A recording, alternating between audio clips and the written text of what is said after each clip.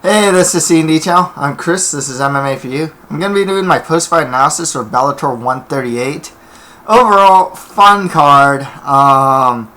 The main event was, they really jumped the shark there. But, it was what it was. It was an absolute freak show fight. Starting with the ring entrances. Otherwise, good comeback victories from Patricio Pitbull. Kyle Kurtz versus Adam Sellers to come from behind. Guthrie versus Mann. Great performances from Chandler, Strauss. Lashley got a win. He needs to step up in competition. My overall picks were good. 8 out of 11. I got all of the main card picks correct. Thing to note, Bellator is partnering with Glory for a Dynamite event in September. It's their next tentpole event.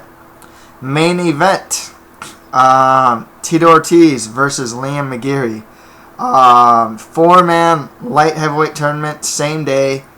2 rounds for the first 2 rounds for the first round. First quarter or semifinals.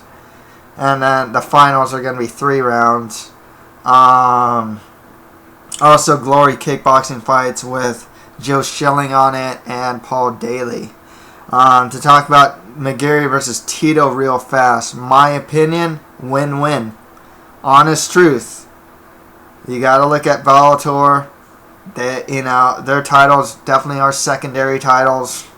It's all about ratings, man. That's it. They're a television product, and they need to do what they need to do to get the most ratings. Fact of the matter is, Tito Ortiz, if he wins against McGeary, you got the comeback star resurgence, and he is Bellator's top draw. In the sense of drawing and whatnot, as far as divisional relevance and credibility, probably not the best thing for Ortiz to win the title. As far as getting ratings and eyeballs to the product, it's not the worst thing that can happen. McGeary winning, he gets that big name, and he's already in a big, high-profile main event against a big-name fighter, and will be the most notable fighter that he's fought, and if he beats him, he'll get that win over a big-name fighter. He's also more or less a Bellator homegrown guy. McGeary is. His first fight in Bellator was his 4th pro MMA fight. I know he had a couple of amateur fights, but his 4th pro MMA fight, undefeated. Like I said, pretty much a homegrown guy, and he does have fans behind him. So, it's better if McGeary wins, obviously, but I don't feel that it's the worst thing for Bellator if Ortiz wins. Like I said, McGeary winning's probably the better, is the better outcome. The other outcome isn't so bad as some might think. Credibility-wise, yeah. Ratings-wise, no. Tito, like I said, Tito's just their biggest draw. Now, let's get to, I'm just going to do the main card fights. Maybe I'll talk about a couple prelims here and there, but main card, Kimbo Slice defeated Ken Shamrock by TKO in the first round. A lot of people are saying that the way that this fight looked like it was fixed. Now, it could be, could not be, I don't know. One thing that was kind of a giveaway was the rear naked choke that Ken Shamrock had. A guy who's been grappling for that long doesn't know where to place his hand. For some reason, he's placing it over his forehead while getting the other arm underneath the neck. It just seemed. Now, maybe he's just a 51-year-old guy who hasn't fought MMA in 4 years. And, 3 or 4 years, right? So, maybe that's just the case. That, hey, he just was in the moment, really hyped up, got a good position against Slice. Maybe, and he was just doing a couple things wrong. I don't know. Another thing to talk about, too, was the ring entrances. These ring entrances are great if you like that style. I mean, they're just... They stand out. These tentpole events, I mean, the ring entrances just totally stand out. It makes Bellator just seem like a big deal. Ken Shamrock, I mean, to introduce them, Road Warrior Animal from WWF/WWE fame /WCW/ go even farther back. I'm a pro wrestling fan. I'm familiar with Road Warrior Animal. He came out, did the What a Rush, and then tried to hype the crowd. And then someone came in to lip sync kind of badly the song that was playing for Shamrock's ring entrance. Back to the reason why I'm not so convinced that the fight was fixed was how Shamrock went down. If this fight was fixed, then Shamrock would probably not go down the way he did, in a sense. Because it just seemed like legit punches that put him out. I mean, it's not like a blocked punch that he suspiciously went down from, or something weird like that. He was just hit flush, and then he went down because he's like 51 years old, and Kimbo does hit relatively hard. I mean, and outweighed him by 30 pounds.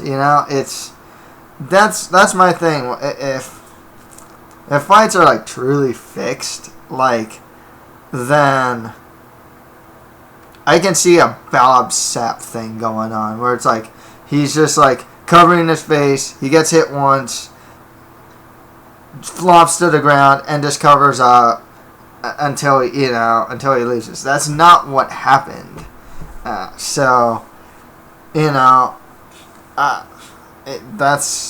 why I'm not so, that's kind of convinces me why it's might not be a fixed fight, just because, hey, look, Shamrock wouldn't, if this were fixed, then Shamrock wouldn't be taking, the flush strikes that he did. He would do, a Bob Sapp, more or less. Was he in a position to do so? I don't know. But, maybe it's all planned out. I don't know. Some people don't think it's on the level. Some think it's just, hey, they're old guys. What are you going to do? Kimbo Slice. I mean, he's a draw. I mean, and actually a win like this, people are still going to want to watch a guy.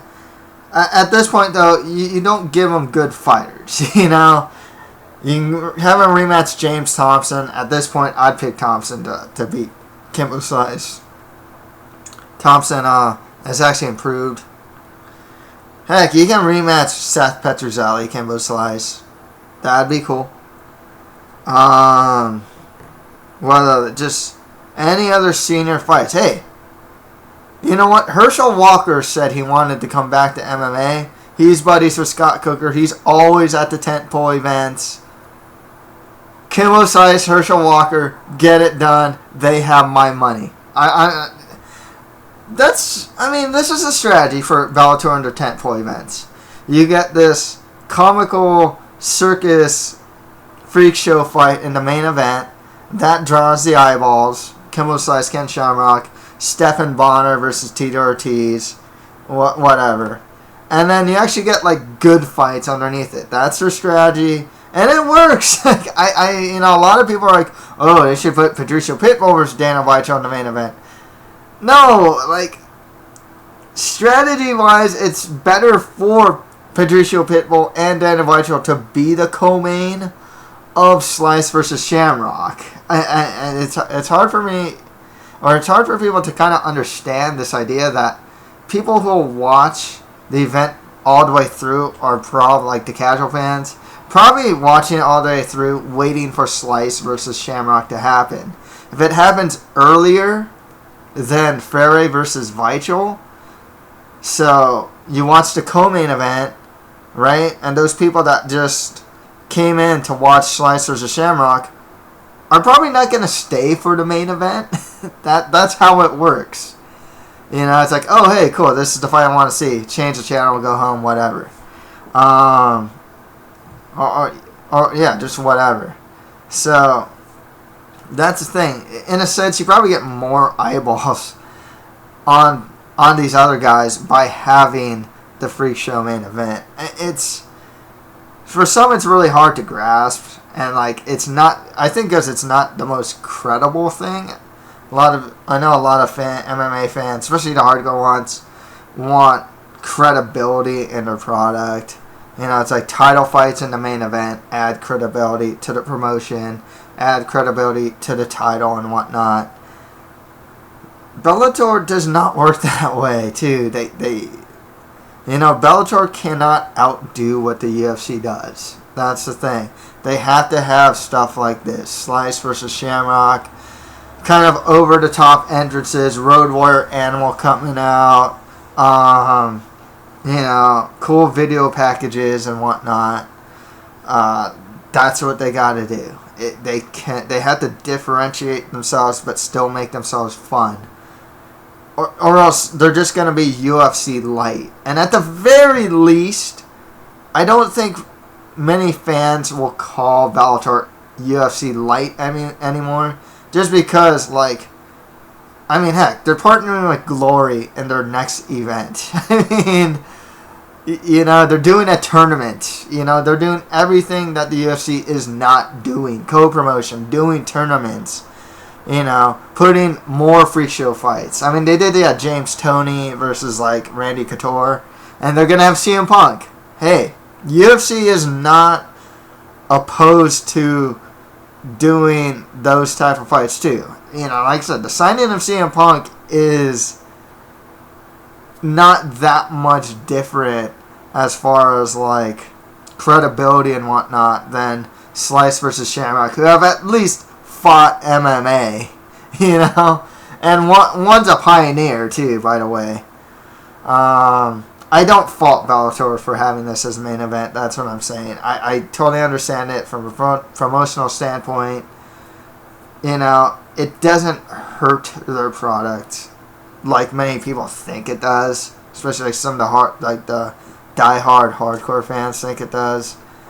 It's just a different thing, and then it's a different approach to mixed martial arts in general that is more pageantry and going more towards the entertainment side than the sports side. Fine with me. Because what's the alternative? Be the UFC. Well, they're not going to be the UFC. They're not going to outdo the UFC. Enough of that rant. Let's go to Patricio Pitbull Freire defeated Daniel Weichel by knockout 2 minutes in the second round. Wow. Come from behind victory again for Patricio Pitbull Freire. This is actually a bit you know, it's cool that he's doing it, but at the same doing these come from behind victories, at the same time it's a bit worrisome too. It's like, if he fights Daniel Weichel again, or Daniel Strauss for that matter, I don't know if he's gonna be able to get that finish. You know, he's counting on the finish now to win fights. That's not good. That's not a good thing. You know, he's also getting beaten up more in his fights, so that's also not a good thing too. I mean, you know, a great come from behind victory. You know, I mean, Daniel Weichel at the end of that first round, I mean, nearly put Patricio Pitbull down. Patricio was on his butt, but he did catch himself. So, you know, it's not like the fight should have been stopped there. But you got to think he was pretty wobbly. And then Weichel was going for the kill, and then Patricio Pitbull left hook. And, dude, Daniel Weichel's head shook, went down. The back of his head hit the mat twice. If you watch the slow motion, you know, as he's falling, it hits. His back of his head hits the mat violently. And then there's some ricochet or like bounce back, and then he hits the back of the head, his back of the head against the mat again. So, you know, it's a good stoppage. I think it's becoming a point where it seems like people are starting. I am actually kind of putting Patricio Pitbull down, even though I picked him to win, and I've been picking him to win successfully for a pretty long time. That's the funny thing. But it just has to be said. It's like, hey, this isn't good. I think people are starting to get a handle on his game. Oh, he doesn't throw a jab. He'll throw a lot of lead left hooks, right cross combos. He has good takedown defense, but he's a short fighter too, so you can kind of keep him at range. I think a lot of the better Bellator featherweights like Weichel or like Strauss, Curran couldn't really do it because he's not much of an out. Curran's game when he was at his strongest was in fighting anyways. But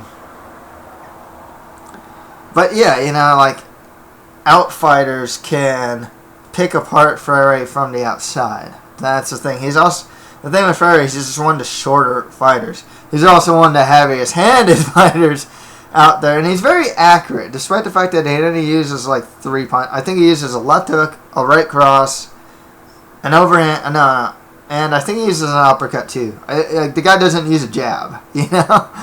I mean, he does, but, just not that much. Nonetheless, he hits hard. Legit Brazilian Jiu-Jitsu black belt. Good wrestler as well. Patricio Pitbull could do very well in the UFC. I don't know about, like, a top 5 potential, but definitely top 10. Even a guy like a Max Holloway, for example. Just one example out of many. He can probably just pick him apart from the outside. Honestly, move around, pick him apart from the outside.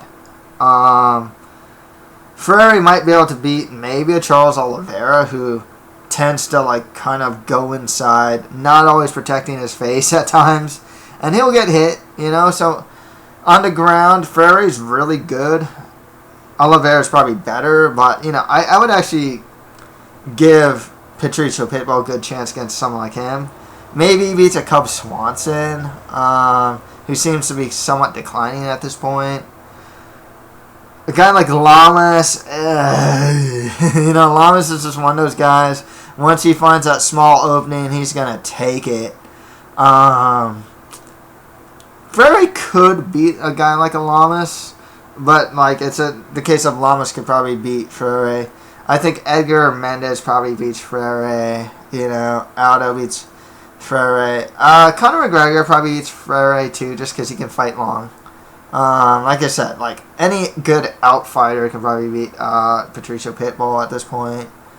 That's what I mean. What dropped Patricio Pitbull like the first or staggered him? It was like a straight right.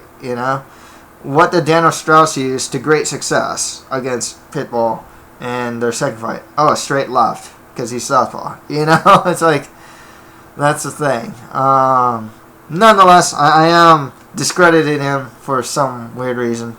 Well, I guess it's just something to talk about because, like, Patricio Pitbull is pretty much seen as the top featherweight outside of the UFC. Like I said, I don't see top 5 potential for him, but if he ever went to the UFC, but top 10 potential for sure for Patricio Pitbull, and good win for him nonetheless. Don't get me wrong, man. Weichel's a good fighter. Weichel came into UFC, top 15 fighter. Easy. This guy is just solid everywhere. He's got a really good ground game. He's beaten in some good competition like Pat Curran and Frodo Hospitalayev. He can strike defensively. I mean, except for here, he's pretty good defensively. He wasn't like unloading against Patricio Pitbull and made that big mistake doing so. He was winning. He's doing well to stand up and wasn't getting hit too much. Well, he got a couple left hooks, but he's just a good, solid fighter. So Patricio Pitbull should get next. We got Daniel Strauss. That'll be a good fight. Even though Strauss lost twice to Freire, they have good fights against each other. And but I think they're probably going to go Georgi Karakhanyan versus Patricio Pitbull next. Next fight after that, Bobby Lashley defeated Dan Charles by TKO in the second round. And the story of the fight really was just the wrestling of Lashley. He got the same position. He got it's the same thing here. It's really repetitive. Takedown, Charles get back to his feet. Bobby Lashley would go to the back, get the double waistlock takedowns, slam him repeatedly, get the wrestling ride position, throw ground and pound, rinse and repeat. And that's how the fight went. Lashley's a good heavyweight. He's a good enough heavyweight where he's not just like a freak show fighter. Like, I think the guy had, just being a wrestler in heavyweight and a decent wrestler could get him could probably get him wins in the UFC just because he can take guys down and do it pretty well. And he's a strong guy. I think there's a point where that's not gonna work. But, you gotta look at him, and I know they kind of do use him like a freak show fighter.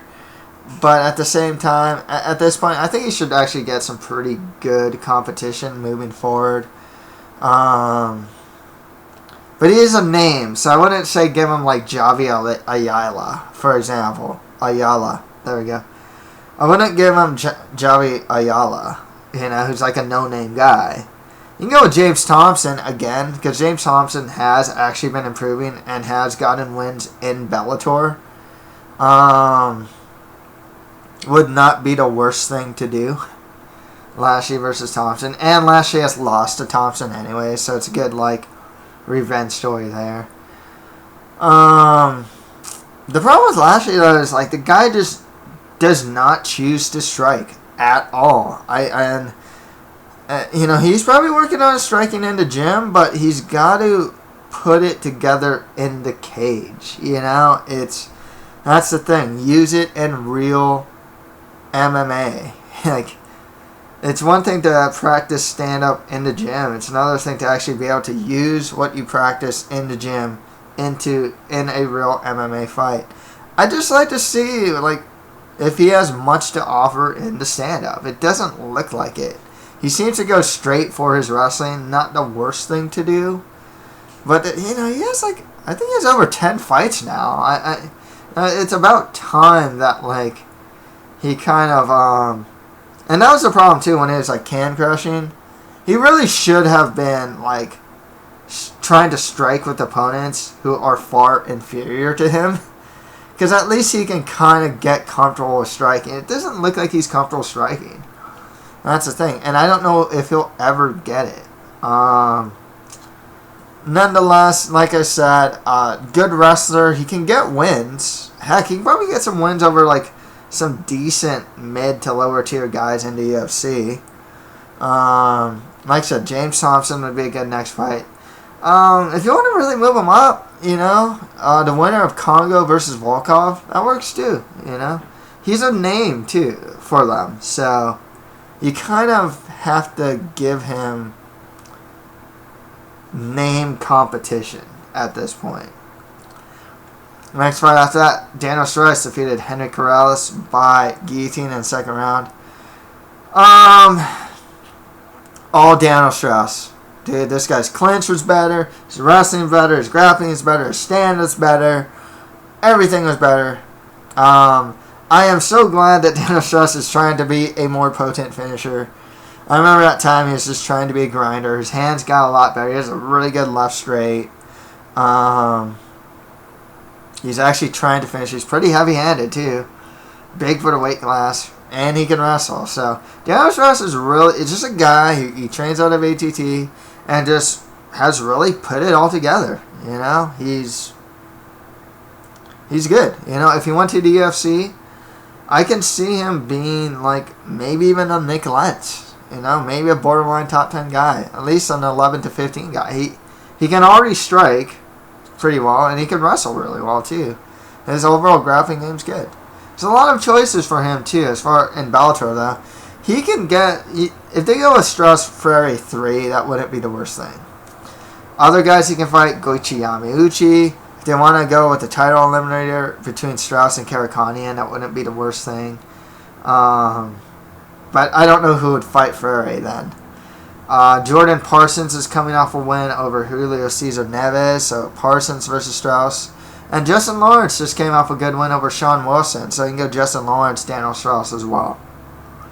Next fight after that, Michael Chandler defeated Derek Campos by rear naked choke in the first round. What can I say? Like, Chandler just outclassed Campos. You know, when Chandler's on, this guy looks like a top 10 guy. He just, his hands are fast. He strikes good. His wrestling's on point. You know, he can grapple. He has good top control. He has a little bit of everything there, you know. And like I said, I thought that he won the second fight against Eddie Alvarez. And I thought he won the first fight against Will Brooks. If he fought Will Brooks again, I don't think he'd win. But wouldn't be the worst thing to see. You know, because they do have good fights against each other. I think that Will Brooks is just... You know, the gap used to not be so wide. But then, like, Will Brooks has made enough improvements where he's just widening and widening that gap between Chandler and Brooks. But yeah, you know, with Chandler, I mean, I'm guessing that Will Brooks gets Martine held next. They could go with Chandler held again, win it for a title eliminator. Not, like I said, not the worst thing to do. I think they should probably go Will Brooks, Martine held. And Chandler has some good options here. He can get, like, Dave Jansen. They haven't fought yet. Syed Awad, I think is coming off a win. Yeah, I think Syed Awad's coming off a win. Or you can go with Sarnovsky. So there are some options for Chandler there. I'd probably do Jansen Chandler. I think that would be a pretty neat matchup. And if Chandler wins, give him a title shot or something. I wouldn't go with Held just because, like, Held probably, he just deserves the next title shot next. Some quick things to go over. I didn't see all the fights here. I saw Justin Guthrie versus Steve Mann. Man was, like, wrecking him, you know, until he got Darst. You know, good come from right behind victory from Justin Guthrie. Justin Lawrence just pretty much outclassed Sean Wilson. Lawrence has really improved since his time in The Ultimate Fighter. I like what I see from the guy. He's a good striker, still young, trains at Blackhouse. You know, I like what I see from him. I think he can. Hope Bellator promotes him more. He's a good fighter, you know. He's a solid fighter. RFA champion, too, if I'm not mistaken. Heatherly had a pretty boring fight against Garrett Gross. It's actually exactly what I expected. You know. Kyle Kurtz, nice come from behind victory against Adam Sella. Adam Sella's just working Kurtz. You know. That armbar came out of nowhere. And I didn't see the other two fights. So, yeah, that's it for my post-fight analysis for Bellator 138. If you have any comments, just leave them below. And that's it for MMA for you. Thank you guys very much.